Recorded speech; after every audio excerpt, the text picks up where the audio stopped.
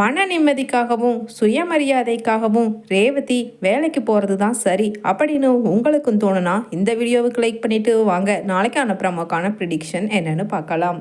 அழகுமதியோட friend வித்யா phone பண்ணி அழகுமதி கிட்ட சொல்கிறாங்க, மதி உனக்கு தெரிஞ்சவங்க யாராவது டைப்ரைட்டிங் முடித்தவங்க இருந்தால் என்கிட்ட சொல்லு. ஏன்னா எங்களோட ஆஃபீஸில் நிறைய வேக்கன்சி இருக்குது, சேல்ரியும் நல்ல சேல்ரி தர்றாங்க, அதுக்கப்புறம் இன்க்ரிமெண்ட்டு ப்ரமோஷன்னு பரவாயில்ல, நல்லா இருக்குது கம்பெனி. நானே இங்கே சேர்ந்து 10 வருஷம் ஆகுது. அதனால தான் நம்ம சர்க்கிளில் யாராவது வேலை இல்லாமல் கஷ்டப்பட்டுட்டு இருந்தா லேடிஸ் நீ சொல்லுடி, ரெஃபர் பண்ணுடி அப்படின்னு அங்கே அழகுமதியோட ஃப்ரெண்டு வித்யாவும் சொல்லிடுறாங்க. உடனே அழகுமதியும் டைப்ரைட்டிங் தெரிஞ்சவங்க யார், எனக்கு யாரும் தெரிஞ்சவங்க இல்லடி, நான் வேணும்னா என்னோடய சர்க்கிளில் சொல்கிறேன் அப்படின்னு அழகுமதியும் சொல்ல, சரி சரி நீ காலேஜுக்கு ஏதோ அப்ளை பண்ணியிருந்தல, என்னாச்சு, ஏதாவது கால்ஃபர் பண்ணினாங்களா அப்படின்னு கேட்க, கிட்டத்தட்ட ஒரு காலேஜில் செலெக்ஷன் எல்லாம் முடிஞ்ச மாதிரி தான், அது நெக்ஸ்ட் ரவுண்ட் ஆஃப் ஃபைனல் இன்டர்வியூக்காக வெயிட் பண்ணிக்கிட்டு இருக்கேன் அப்படின்னு சொல்கிறாங்க அழகுமதியும். உடனே அவங்க ஃப்ரெண்டே, மறந்துடாதடி நிறைய வேக்கன்சி இருக்குது, தெரிஞ்சவங்க இருந்தால் சொல்லு அப்படின்னு ஃபோனை வச்சுட. அதே சமயம் அங்கே பக்கத்தில் டைனிங் டேபிள்லையே மதி உட்காந்து பேசிக்கிட்டு இருக்காங்க. காய்கறி கட் பண்ணிக்கிட்டு இருக்க மலர் சொல்கிறாங்க, என்ன மதி திடீர்னு உன் ஃப்ரெண்டு எதுக்கு ஃபோன் பண்ணா அப்படின்னு கேட்குறாங்க மலரும். உடனே இல்லை, டைப்ரைட்டிங் தெரிஞ்ச லேடிஸ் யாராவது இருந்தால் நல்ல கம்பெனி தான், எனக்கே தெரியும், ரொம்ப வருஷம் ஆன கம்பெனி, நல்ல சேல்ரி, நல்ல ரெஸ்பெக்ட் இருக்கும். என் ஃப்ரெண்டு வித்யா அங்கே ஜாயின் பண்ணி கிட்டத்தட்ட 10 வருஷத்துக்கு மேலாகுது. அதனால தான் ஏதோ அவளுக்கு பக்கத்தில் ஏதோ 2-3 சீட்டு காலியாக இருக்கா, அதில் வேலை கிடைச்சா பரவாயில்லன்னு சொல்லிட்டு இருந்தாங்க. அதுக்காகத்தான் என்கிட்ட கால் பண்ணியிருந்தாங்க அப்படின்னு மலர்கிட்ட சொல்கிறாங்க அழகுமதியும். உடனே மலரும், டைப் ரைட்டிங்னா நம்ம ரேவதிக்கு நல்லா தெரியும் மதி அப்படின்னு சொல்கிறாங்க. உடனே யாருக்கு அப்படின்னு மதி யோசிச்சுக்கிட்டே, ரேவதி அன்னிக்கா அப்படின்னு கேட்குறாங்க. ஆமாம் மதி, இரு நான் வேணும்னாலும் இப்போ ரேவதி கிட்ட ஃபோன் பண்ணி தர்றேன், நீ ஏன் கேளு, சொன்னால் நம்ப மாட்டேன். அவள் கல்யாணத்துக்கு முன்னாடியே லோயர், ஹையர், அதுக்கப்புறம் ஷார்ட் ஹேண்ட் என்னென்னமோ டைப்ரைட்டிங்கில் இருக்குல்ல, அது எனக்கு பேர் கூட சரியாக தெரியாதுப்பா, அதெல்லாம் முடிச்சு வச்சிருக்கா. இரு இப்போவே நம்ம பேசுவோம், அவள் வீட்டுக்கு போயும் ஒரு நாள் கிட்டத்தட்ட ஆயிடுச்சுல, இப்போ மாதிரி இருக்குது அப்படின்னு அங்கே ஃபோன் பண்ணி பேசுகிறாங்க மலரும் மதியும் ரேவதிக்கு.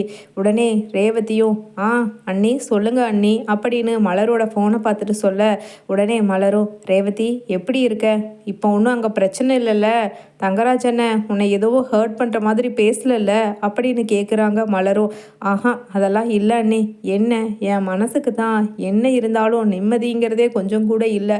ஏன்னா அவரோட காசில் நான் உட்காந்து சாப்பிட்றேங்கிறதுல அவர் எல்லா இலக்காரமும் என்னை பார்த்தா நினச்சிக்கிறாரு, அதனால தான் அப்படின்னு சொல்ல.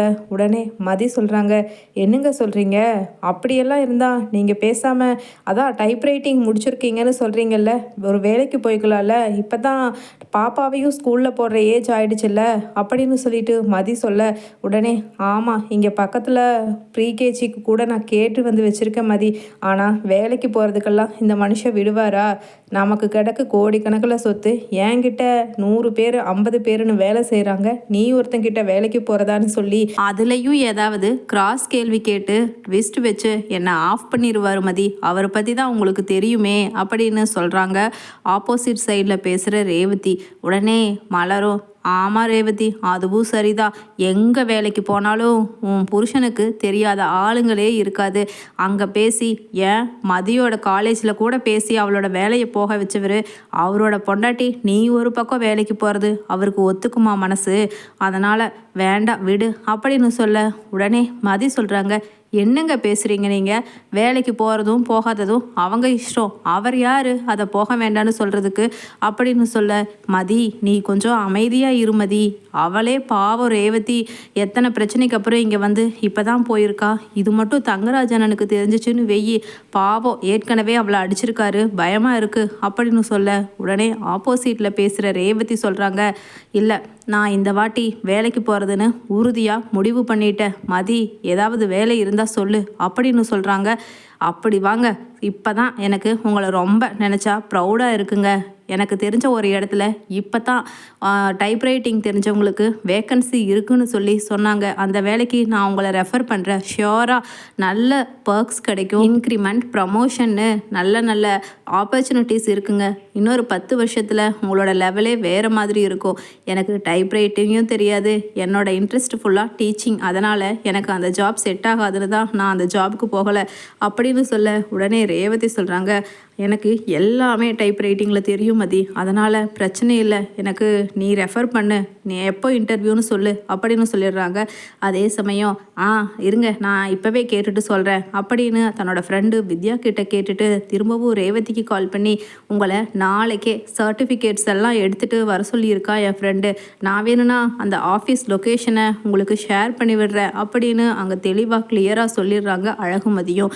அதே சமயம் மறுநாள் காலையில் குளிச்சு சாமியை கும்பிட்டு அப்படியே சட்டையை போட்டுட்டு டைனிங் டேபிள் கிட்ட சாப்பிட வர்றாரு தங்கராஜ். என்ன ரேவதி, காலையிலேயே குளிச்சு கிளம்பி இருக்க, எங்க ஏதாவது பக்கத்தில் கோயிலுக்கு போக போறியா அப்படின்னு கேட்குறாரு. உடனே இல்லை வேலைக்கு போக போகிறேன் அப்படின்னு அங்கே ரேவதியும் சொல்ல உடனே தங்கராஜ், என்னது வேலைக்கு போறியா அப்படின்னு வாயை பிளந்துட்டு கேட்குறாரு. அதே சமயம் தங்கராஜோட அம்மாவும், ஆமாம் எல்லாம் முடிஞ்சிச்சு, இனி வேலைக்கு போகிறது தான் பாக்கி அப்படின்னு சொல்கிறாங்க.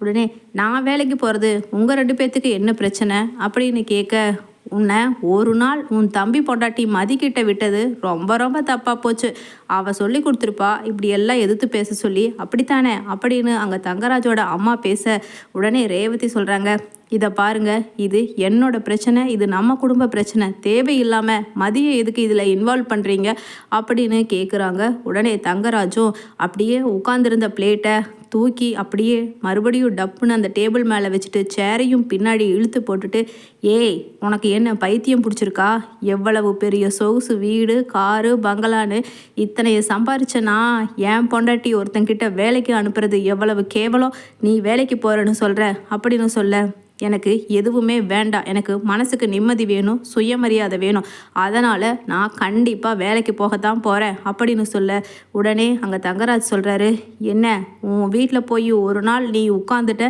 பின்னாடியே வந்து 2 தடவை கெஞ்சி கெஞ்சி கேட்டு கூட்டிகிட்டு வந்தான்னு சொல்லி திமிரா பேசுகிறியா நீயே, திரும்பவும் உன் வீட்டுக்கு அனுப்புறதுக்கு ரொம்ப நேரம் ஆகாது அப்படின்னு கையை ஓங்க.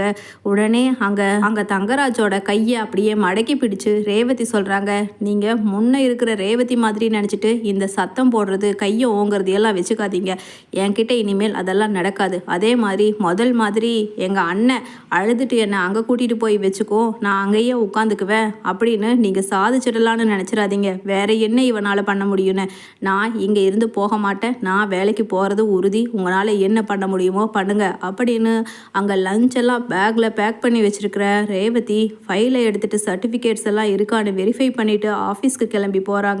அதே சமயம் அங்கே தங்கராஜ், ச்சே என்ன இருக்க இந்த மதி என்னைக்கு இந்த வீட்டுக்குள்ளே வந்தாலோ அதிலிருந்து எல்லா பொண்ணுங்களும் இப்படி கெட்டு குட்டி சவராகி இருக்காங்களே அப்படின்னு ஆத்திரத்தில் இருக்க. அதே சமயம் வெளியில் போன ரேவதிக்கு பாக்யராஜ் வந்து நிற்கிறாரு. என்னம்மா ரேவதி போகலாமா அப்படின்னு. அண்ணே நீ எங்கண்ணே இங்கே அப்படின்னு சொல்ல எல்லா விஷயத்தையும் மதியும் மலரும் சொன்னாங்க. கண்டிப்பாக இன்றைக்கும் ஏதாவது இந்த ஆள் பிரச்சனை பண்ணுவாருன்னு சொல்லிதாம்மா நான் உன்னை கூட்டிகிட்டு போகலாம் அப்படின்னு சொல்லிட்டு நானே வந்தேன் அப்படின்னு அங்கே பாக்யராஜ் சொல்ல உடனே ரொம்ப சந்தோஷம் என்ன அப்படின்னு சொல்ல, அது நல்ல கம்பெனி தான் ரேவதின்னு பாக்யராஜ் சொல்கிறார்.